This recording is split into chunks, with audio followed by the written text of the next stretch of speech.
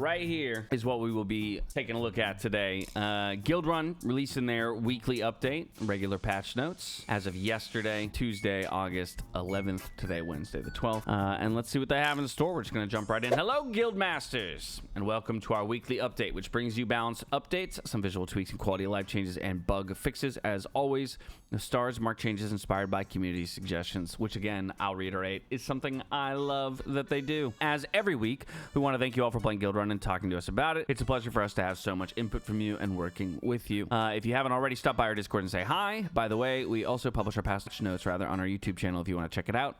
Always a bit after we publish them on Steam, as we are still working on the video. Now let's jump into the changes. Starting with visual and audio changes. Hide item slots over characters' health bars when dragging other characters. Okay, thank you. Yeah, amazing. That can get a little annoying every once in a while when the item slots are getting in the way or causing you to like click on the wrong champion or something like that. Tweaked resurrection VFX on emergency rewind break. Cool. Fixed Logan, Ming, and Sal not being desaturated on death. That's funny, I never noticed. Fixed resurrection VFX playing twice.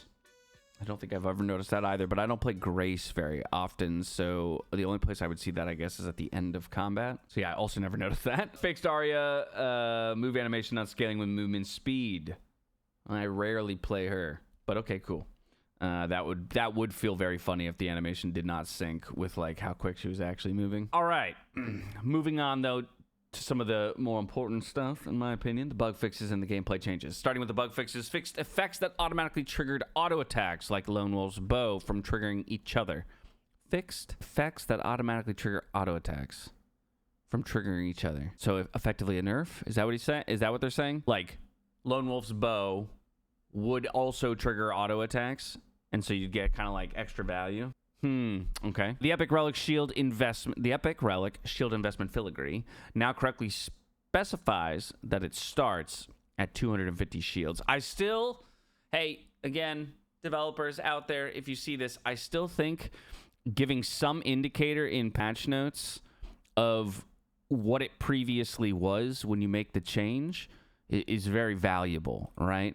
So it's like shield investment filigree. I'm assuming that this is something along the line of like when you generate shards, you generate shields, or after you generate a certain amount of shards, you start combat with, like, or it's a quest or something like that. But it would just be nice to know exactly what this is without forcing us to go to a secondary resource or to have all of these things memorized, which I guess over time I will possibly learn all of these things and I'd be able to let people know. But I think it would be nice if here it just said like lasting shields on combat, start or something, or previously, so we just can see buff, nerf. Again, it's a bug fix, so to me, it sounds like it either specified that it started with more or less, but it was 250, and they're just changing the text here, but I'm not positive. Ming's Enlightened Spec now correctly applies him 2 seconds of rock section per rank. Oh, was that not happening? Oh, that's huge, actually. Yo, that's exciting, because I have been wanting to play more Ming. I mean, Bean and I have been playing a lot of Ming as our tank recently, especially early game, but even all the way through to end game in a number of situations, but still playing mostly the active ability B rank. But I've always really liked the idea of trying to do like rush stacking and rush extending on his immunity. So you take his it's usually his third ability or whatever, extend, he gets immune for 1 second, but then it extends all rush abilities by 2 seconds. And it's more per rank as well. So he himself should get 3 seconds and then even more per rank after that. So if you can really get that alongside some quests and get like 15 seconds of pure invulnerability, that would be so sick. So I'm excited about that for sure. Rare item Sentinel's Plate now correctly gives 40 bonus defense when it triggers. Was previously giving 60 bonus defense. Well, maybe that's why I liked this item so much. I loved this. I loved this item. Okay. I mean, I just like tank items in general, so anytime they're nerfing one is going to make me sad. Nicholas no longer can start the game with quantity over quality bonus in Red Rift. That's fine. We would never take that anyway, so I guess that just makes the pool slightly better of starting heroes for Red Rift, which is good. Nicholas no longer incorrectly gains certain bonus stats from items he consumes. Okay, again, I rarely, if ever, play him. We might have to start playing him more because he's just in the game and sometimes he gets offered to you. But I don't like the item consumption playstyle personally, so a little harder for me to justify playing him. Alrighty, he was giga busted last patch. Okay, well, hopefully he's less busted now. Gameplay changes. This is the meat of it, y'all. All right, hello and welcome to another edition of Lekko's Weekly Guildrun Patch Notes. Let's dive straight in. As always, the bulk of changes in this week's patch are aimed at improving the overall level of balance and excitement, especially for the game's heroes and their specializations. I've made changes to 10 heroes this week, including a mini rework to Karsu's active ability, which I'm very excited for players to get their hands on. The other big change this week is one which applies only to Red Rift and is a band-aid aimed at the power level of Frost against the Act 2 boss. I'm going to discuss what I mean by band-aid and why I feel as though band-aid changes are necessary in a moment, but first I have a quick message for all the Endless Mode fans. Oh, interesting. Okay, what do we got here? I spent a good amount of time this week looking through the data, reading online feedback, and talking with players about some of the things they'd like to see change for Endless Mode. I'm currently working on some solutions to a few key issues, including adjustments to how stun durations stack, but these solutions just weren't ready in time to make it into this week's patch. I'll be focusing on targeted balance changes for Endless Mode soon, and am planning for them to be one of the major focuses for next week's patch. Okay, so we've got stuff in store, but not so much of it is ready right now. But still exciting stuff, because I actually kind of prefer the idea of Endless Mode being good, or rather, to me, that's kind of the more exciting like vertical of gameplay. It does kind of feel like Red Rift is the one that's marketed more as the, you know, the high tier one, top level queue. So I'll be excited to see what they have there. All right, let's talk about band-aids. To me, a band-aid change is one which aims to treat the symptoms of a problem without attempting to solve the underlying problem itself. This week's Red Rift only change, which makes the Act 2 boss resist 50% of Frost, is a pretty textbook example of one, as it only aims to address the symptom. Frost is making the Act 2 boss too easy in Red Rift, and does not address the underlying problem. Frost is stronger than the other two debuffs. Great definition. I agree completely. This raises the question, why would I ever go for a band-aid solution instead of trying to fix the underlying problem? The reality is that many of the changes I'd love to make for the demo, such as adjustments to how debuffs like Frost and Poison work, are simply too difficult for me to make for the Guildrun demo due to the amount of testing and iteration they'd require. Okay, logical.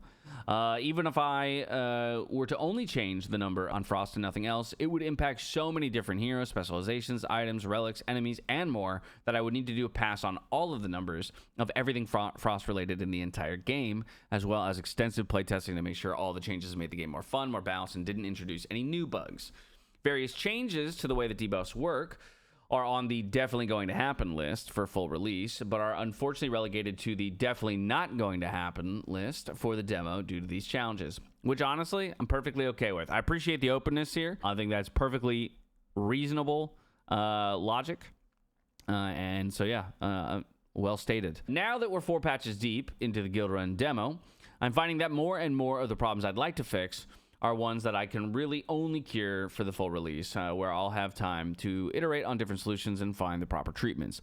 And if I can't treat the problem, then treating the symptom is often the next best thing. Band-aid changes like today's Red Rift Frost adjustments or the +1 boss token change in patch 2 are only meant to treat symptoms. And I hope that players can see changes like these as a signal that I'll work on a proper cure for full release. I think it's very valuable to just straight up recognize, you know, to your player base, hey, I hear and understand the problem. And while, you know, the long-term fix or the hope for an eventual fix is some way off, like, here is, you know, the representation of my acknowledgement in a Band-Aid fix. And ideally that Band-Aid fix still does, you know, part of the job, right? Again, either alleviating the pain point or even still improving on the fun of the game, just maybe on a lesser degree. Okay. It's worth emphasizing that just because something is not fixable for the demo does not mean that it is also not worth talking about or giving feedback on. All the feedback we've received throughout the demo has been invaluable to us and has not only helped us improve the demo, but has also helped us make the best full release that we possibly can. Please keep it coming. You got it. All right, let's look at the actual changes. Balance changes, starting with that Red Rift change. The Act 2 boss resists Frost, reducing its effects by 50. Against the Act 2 boss in Red Rift only, it will take 4 Frost to reduce the boss's defense and attack speed by 1 instead of 2. Players can view this on the Red Rift relic given to them at the start of each run, so just making sure that people are more aware of it. But from now on, the Red Rift leaderboard will reset on a weekly basis with the release of each patch. Okay, I like the second change flatly. I understand that the first change is just a band-aid solution. Now, what I will say, though, is I also think we're looking at a very narrow-ish part of the problem here, and maybe he didn't really represent it so much in the text above in terms of identifying a issue. But I think overall, we just have a problem in the game with not how powerful Frost is against bosses, but how necessary Frost is against bosses. And maybe that's what he means by saying that, like, Frost is just stronger than the other 2 debuffs, which, I mean, I think he is, to a degree, indicating that. But, like, in general, I don't think it should be, hey, because this is effectively means you need even more Frost now. Like, the Band-Aid solution here, by making Frost is already necessary for a boss, but it's also too effective. So what I'm going to do is make it less effective, which makes it more necessary to have even more sources of it, to make sure you stack it fast enough to make sure you can kill the boss, right? So that's the problem I have with the Band-Aid, is that, okay, the Band-Aid is addressing the fact that you just think if people get to the Act 2 boss, and I do agree, the hardest part in most cases of Red Rift is just getting to the Act 2 boss. If you get to the Act 2 boss and you have some Frost, you're probably going to win. And a tank that doesn't absolutely fold. Usually I'm dying in the middle of Act 2 to hallway fights or something like that. Or I'm dying because I just got so unlucky in the last 2 shops that I didn't find somehow, maybe I had to sell a carry earlier and I didn't find a duelist with Frost application or something like that. But yeah, I definitely am concerned that this Band-Aid is almost going to make the problem worse, or the feeling of like Frost obligation even higher for the boss, while recognizing that hopefully this is indicative that at least developers understand that Frost is just way too strong right now and way too necessary. In general, I would like to see them balance more in a way that says, hey, you can play Frost, Poison, or Fire in any situation and be successful. You just have to play it in a fashion that is different, right? So you could have a funky burn build, but you could also have a funky Frost build, right? Or you could have a funky burn build and you burst the shit out of people, or even a single target burn build that just burns the crap out of the boss and kills it in 10-20 seconds, therefore not needing any Frost. Or you can kill a bunch of AoE. You can kill a hallway fight with a bunch of Frost by slowing everybody down super quickly so that you can extend the fight, but you can also kill a boss by extending a fight. Like, I would like to see all of the debuffs be usable and successful, as opposed to it feeling more right now like I need to have this debuff for this portion of the run, I need to have this debuff for this portion of the run, and I need to have this debuff for this portion of the run, which is really more what it feels like right now. So it's most of what you're doing is just hunting for those things at those points, at those breakpoints in a run right now. All right, enough out of that, though. Event items. Power crystals have proven themselves to be a bit too potent and are being toned down slightly. I still expect them to be quite effective, but a bit less explosive on multi-class heroes in particular. Okay, ring items given from the second event were consistently getting outperformed by their counterpoints, parts rather, so I've added half a common item worth of stats to most of them, except Greedy Ring. You know what you did. I'm also toning down the output of 2 shard generation related items. No! Which we're taking over early games a bit too often. Damn. Okay. Let's see, though. Crystals do seem crazy, so that I kind of totally understand. The other thing about crystals, though, and this is going to maybe be the tricky part, I think, in balancing them, is crystals, the permanent ones, right? They are kind of a win more mechanic. Like, you have permission to take the permanent stack gains when you already feel strong enough to win combats, right? Because you have to win combats to use the item, and then you get the bonus. But in the moment, you don't get the bonus, right? So you already have to feel strong enough. So if I get offered it and I'm fielding 3 B tier champions already or heroes already, and I'm like, yeah, I'm already strong enough that I can roll forward. And then they're also giving you a lot of valuable stats.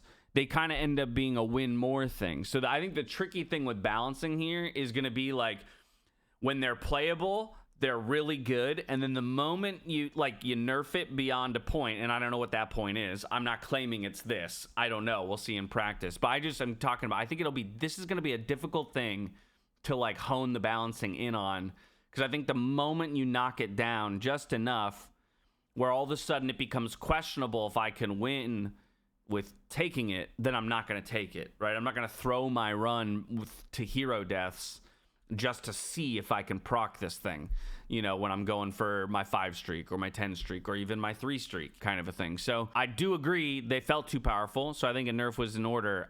I just think it's going to be a difficult thing to lock in. Hasty ring. A bunch of the rings got buffed because I'll be honest, I never took a single one of these rings. I pretty much always took in those offerings like the relic with a shard reward or something like that, more so than an item with a quest. So I'm glad they're buffing these. Maybe we'll look to take them. I mean, that's a lot of base magic and base damage. That's pretty significant. So this is going to be a really interesting decision now, I think. I don't know about the crit. Maybe if I'm playing Dragomir, right? That would feel really, really good. But yeah, I think this is a smart change. I mean, I'm not necessarily the smartest guy in the world, but for whatever reason, I was never taking these things and always valued other things. So I'm trying to see. Greedy Gauntlets, though, got nerfed, and the Greedy Shiv got nerfed. Okay, so Greedy Gauntlets was just on Shard Trigger, I believe. You proc to shield, and that's a massive shield. 1250. Was it shards that generate? See, again, this is where I just feel like shield generate. Just tell me exactly what it is. But 1250 is a crazy big shield, so it's down to 750. I mean, that's also a big nerf. It's significant, but I think these will still be solid. And then Greedy Shiv damage per generate trigger goes down pretty significant as well. But, I mean, that's still a pretty big nuke. I'm fine with these changes. These all seem logical to me. I don't think anything's too surprising. All right, the heroes, though. Nicholas. I'm very happy with last week's changes to Nicholas, which gave him an extra item slot at baseline. That's true. That was a good change, even though I don't play him. It also made him a wee bit OP, which is what you were talking about, Bean. This change targets his early stat snowballing, which also gives him some ranked-based scaling. He should snowball a bit less hard in the early game now, while still also gaining extra potential to become a late-game demon, thanks to the added or additional stat scaling potential at S rank. Okay. So yeah, that's one of the other things is like you get them offered at S rank sometimes. You're like, but I didn't do any of the stat scaling from the beginning of the game. So he doesn't feel worthwhile at this point and feels like a dead draw on a shop. But Red Hot Deals gains 100% of the stats of the item consumed, now going to 50% of the base, plus 25 per rank of the consumed items stats. So he'll scale harder off of like rare and like legendary items. Is that what it's saying? Because it's per rank of the items stats, or is it saying per rank of him, per his rank? Kind of the way it's written. I think it's his rank. Initially I read it as per rank of the item, but it doesn't mean that. It means per his rank and then just of the items stats. Okay, yeah, again, I'm fine with that. I don't really play him, so I don't care that much, but honestly, that's great for me. They recognize that he was strong and we already weren't playing him. That also means that then some of the champions or the characters we were playing, maybe they think we're a little bit weak, but I don't know yet. Let's find out. Karsu, mini rework. Okay, I like Karsu, so be careful here. Karsu aims, or the rework for Karsu aims to raise her scaling potential and power level floor. Okay. In non-boss significantly. Okay, no, that's fantastic, because I would love for her to be better in hallway fights while also lowering her power level against bosses slightly. That's fine. With the shurikens, Karsu now fires additional arrows as she gains more attack speed so that she can dish out big damage to enemies in her range. The frost applied per arrow now scales with rank instead of attack speed. Okay, so attack speed is going to scale firing extra arrows at more people, but rank is going to scale the actual frost applied, which is totally fine by me. That means less frost going out by hitting more people. Fantastic. Which means she'll on average be inflicting less frost per arrow and will require more investment than she did before to quickly overwhelm bosses with frost. That's fine. The falling snow also, although again, this is now think about this interacting with the red rift thing. So they're making frost matter more on the final boss, and then they're also making frost harder to apply as well, at least with this character. That's going to have a double effect, you know, or an exponential effect there in how those two things interact. The falling snow also required mini rework due to our arrow change, which I hope players will enjoy experimenting with. Okay, so Snowpiercer now fires an additional arrow for every 50 attack speed she has, up to a max of 14, and then arrows now inflict 3 base frost plus 2 per rank. I don't know what it was before. I feel like it started at 5, but... So maybe it was 5 base and then like 1 per rank or something. But I don't know what it was before. Okay, so you just want to stack a shit ton of attack speed on her though now. Okay. And then the Falling Snow now reduces Karsa's max mana by 1 on auto attack to a minimum of 40. Okay. No longer fires 5 additional arrows. Okay, so it just means that she's going to cast way more often, but... That's fine. All right, I'm very curious to try her. I want to see this in practice. I'm absolutely okay with it because I want her to be better in hallway fights, and I think that moves in the direction of what I would prefer the game to be balanced around, where I don't have to play this set of characters in hallways and then ditch them and play this set of characters in bosses, that I can try to take a carry and move them, you know, hybridize them or something like that. But I am worried about the double hit of Frost on the boss and her. We'll see. Kai. Kai's reworked Intrepid Spec is outperforming his other abilities a bit by a bit too much. I am also throwing a few small buffs his way, both on his base stats and the damage on his active ability to help him catch up a bit to other warriors. Okay, so he's getting more attack speed, more defense. Barely. And then attack scaling is going up pretty significantly on his active. The rush duration on Intrepid is going down. Okay. Honestly, I'm okay with that. Kai is somebody that I'm like, he's a character that I feel like I'm really happy to play in Act 1, but then I don't want to see him anywhere near Act 2. I don't know if this fixes that, to be honest, because I feel like also most of the time, by the time I get to Act 2, I'm playing 1 tank, 2 carries, and I never really consider a warrior to be much of a carry.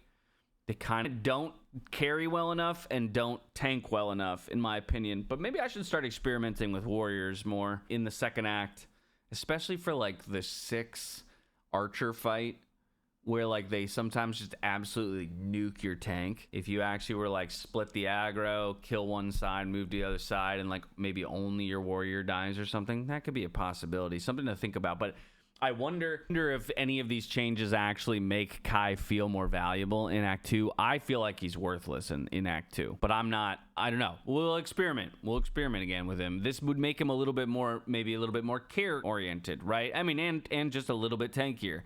So maybe he will just feel more, like maybe off-tanking will feel okay. Like, hey, actually doing a little bit of damage and a little bit of tanking, and we're succeeding. But right now, it doesn't feel like it's ever the play to play a character like that. Rowan, my boy Rowan. The Tectonic, his active spec, is outperforming his other specs, which is funny because we never play the Tectonic.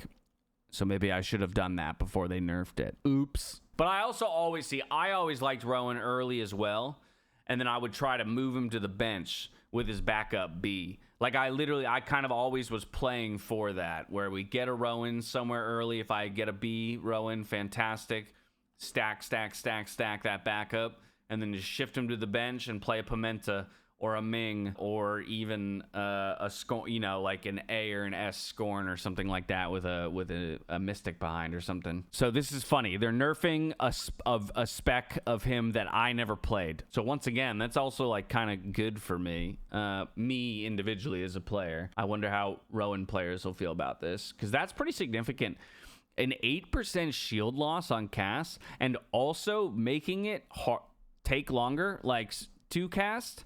That's pretty brutal. That's like a sizable nerf right there for sure. Tough, Rowan.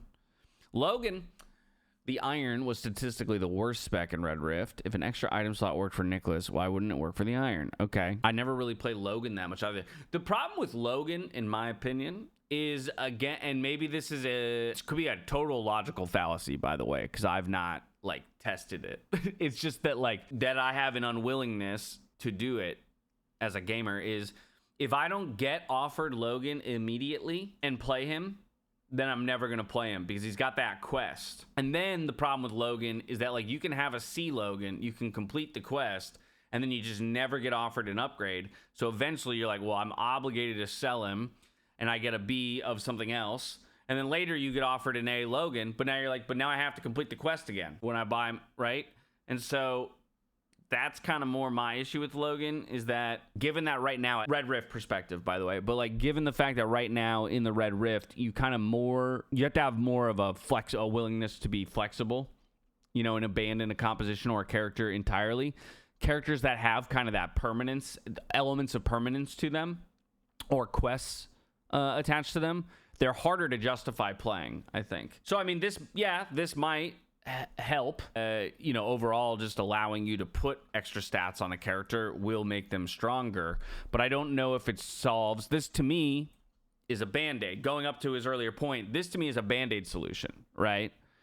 That it's statistically the worst spec because the parts of Logan that make his identity unique are not good enough to succeed. So just saying, hey, you choose some extra stats and put it on him, yeah, his win rate will go up. But that's a band-aid. So as long as we recognize that's a band-aid, all good. All right, Grace. Grace continues to carry runs from the bench. Man, we got to play more Grace. I don't play Grace, or maybe not. Maybe she's going to be nerfed into unviability, but I'm never playing Grace. While not quite having enough incentive to be played on the board. Yeah, I don't play her at all. These changes are aimed at making her a more appealing on-board option while making the Selfless a bit less of an instant pick. Okay, Salvation, signature active ability, base shield duration is going up. Okay, that's the attempt to, and the stall duration is going down on the Benevolent. Okay, interesting. So it's just gonna she's just gonna be stronger straight up on the board, and then the Selfless shield generation is getting nerfed by 50, so on a team of 3, that's 150 less shields that you're getting per rank, right? So in your B tier, that's actually 300. I mean, that's significant, but I think it is still probably good. It's probably still good enough to be played. This is probably I think this is a good nerf. This, to me, sounds good. Like, it's still playable, but worse, you know, like that. And that's probably, I think that's a pretty locked in nerf there. But I didn't play her, so that's why I'm hesitant to say it, because I didn't really play her ever. Ming, our boy Ming. All right, what are you doing to our boy Ming? Just a minor follow-up change to last week's buffs to improve his scaling slightly. Let's go. They're buffing him even more. Burn inflicted per max HP. What? That's written like it's a nerf, but what they mean is that the max HP requirement is going down from 650 to 600. Makes it sound like the burn is going down. The burn inflicted per max HP, 650 to 600. It makes it sound like the burn is going down, but I'm pretty sure what they mean there is that the max HP requirement is going from 650 to 600, meaning that every 600 health you get extra burn as opposed to every 650, so you hit the breakpoint more often, right? Just not worded well, but that's fantastic. I love to hear that. We're all about a Ming buff. Just more damage coming out of Ming as he gets stronger. What game is this patch notes? This is Guildrun, which is this awesome new demo that we've been playing on Steam recently. And after this, we'll move on to some gaming ourselves today. But we're almost done here. Love the Ming buff. Gustav. I haven't played Gustav in forever. Gustav has a weak Act 1 right now, and that's probably why, because he does absolutely suck in the first act. Both of these changes are meant to improve his Act 1 without heavily impacting his Act 2 performance. Okay, let's go. Base damage per tick is going up on Blizzard, and the frost per tick is going significantly up. It's going a flat 1 up before the scaling. That's huge, actually. So this is very interesting. I want to play more Gustav. I'll be excited if Gustav is more playable from Act 1 right now. I still feel like at rank C, he's pretty trash because he really doesn't do much damage, and I'm not even sure the +5 here. I mean, it's a 50 damage increase, don't get me wrong. I'm not sure that'll be enough to make him feel playable early, but still, the frost element of it is pretty crazy, and that might feel really good. But yeah, I like this. I like these changes a lot. Big ups on these changes right here. All right, Fiona. With the previous inflict burn per shield removed clause, heroes with high defense would often absorb low damage hits from enemy autos without dishing any burn back. By removing that clause, this spec should inflict far more burn in the average fight than it previously did. It'll be a bit less effective in deep endless runs where the damage numbers get really high, but this should ultimately land as far more buff than nerf. No longer inflicts burn per 20 shields removed. Now inflicts burn whenever a hero with shields is damaged. Oh, okay. So essentially, even if you do 1 damage to my shield, it's now going to inflict burn, not if 20 shield is removed. Okay, cool. Again, I've rarely ever played Fiona and rarely ever played this spec, the Lustrous. So I'm curious about this as well. I'm curious if this is like effective enough though for bosses and like I want to see it play out in both boss fights and hallway fights. Obviously it'll be less effective in boss fights, I assume, but I'm not 100% sure, because a boss is going to remove large chunks of shields, and if it's per 20 shields, I hit once, I get a lot of burn. Because if it's whenever a hero with shields is damaged, if I'm just getting through the shield instantaneously, I only hit you once. So it could be really bad for bosses, but very good for hallway fights now, which would be interesting. I wouldn't mind being able to run something like a Fiona, because again, I rarely am running Mystics in hallway fights. The only one I ever really run is Pollen, but that's more just because of healing and survivability than anything. It's not for damage. So okay, interesting change. I'm liking the way that these patch notes are ending right now. And my boy Scorn at the end, please tell me Scorn is playable again. More Band-Aid than treatment, fair, but if he's playable, I'll play him. These changes should help Scorn in Act 1, where he currently struggles a bit.